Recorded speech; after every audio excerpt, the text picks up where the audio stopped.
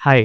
నేను doctor Naresh Krishnareddy. Endodontist Krishna dental hospitals. So, కొందరు పేషెంట్స్‌కేంటంటే క్యాప్ అనేది తరచుగా ఊడిపోతుంటది. అంటే ఫ్రీక్వెంట్‌గా డిస్‌లాడ్జ్ అవుతుంటది. అంటే అది ఎందుకు అనేది ఇప్పుడు నేను ఎక్స్‌ప్లెయిన్ చేస్తాను. అంటే ఫస్ట్ వచ్చేసి ఇల్ ఫిట్టింగ్ అంటే సరిగ్గా కూర్చోకపోవడం అన్నట్టు. క్యాప్ మనం ఏదైతే ప్రిపేర్ చేసిన టూత్ మీద క్యాప్ సరిగ్గా కూర్చోనప్పుడు అన్‌ఈవెన్ ఫోర్సెస్ పడుతున్న కొద్దీ అది లేచి వచ్చేస్తుంటది. అదొక రీజన్. సో, నెక్స్ట్ వచ్చేసి లోపట సపోర్టింగ్ ఇచ్చే పన్ను షేప్ సరిగ్గా ఉండకపోవడం. అంటే అది చిన్నగా ఉండడం గాని లేకపోతే దాని యాంగులేషన్ సరిగ్గా ఉండకపోవడం వల్లనైనా ఈ ఫోర్సెస్ పడ్డప్పుడు ఏంటంటే క్యాప్ ఊడి వచ్చేస్తుంటదనమాట. సో, ఈ పై 2 రీజన్స్‌లో ఏంటంటే ఆ లోపటున్న టూత్ స్ట్రక్చర్‌ని మోడిఫై చేసి కొత్త క్యాప్ ఇచ్చేసుకుంటే సరిపోతుంది. నెక్స్ట్ వచ్చేసి లోపట ఉన్న పన్ను ఏదైతే మనకు సపోర్ట్ ఇచ్చే పన్ను క్యావిటీ గాని, కేరీస్ గాని పుచ్చిపోవడం వల్ల విరిగిపోవడం. సో, ఏంటంటే మనకి క్యాప్ అండ్ పన్ను మధ్యలో చిన్న గ్యాప్ ఉన్నా గాని ఆఫ్టర్ ఫ్యూ ఇయర్స్ ఏంటంటే పుచ్చొచ్చే ఛాన్స్ ఉంటుంది.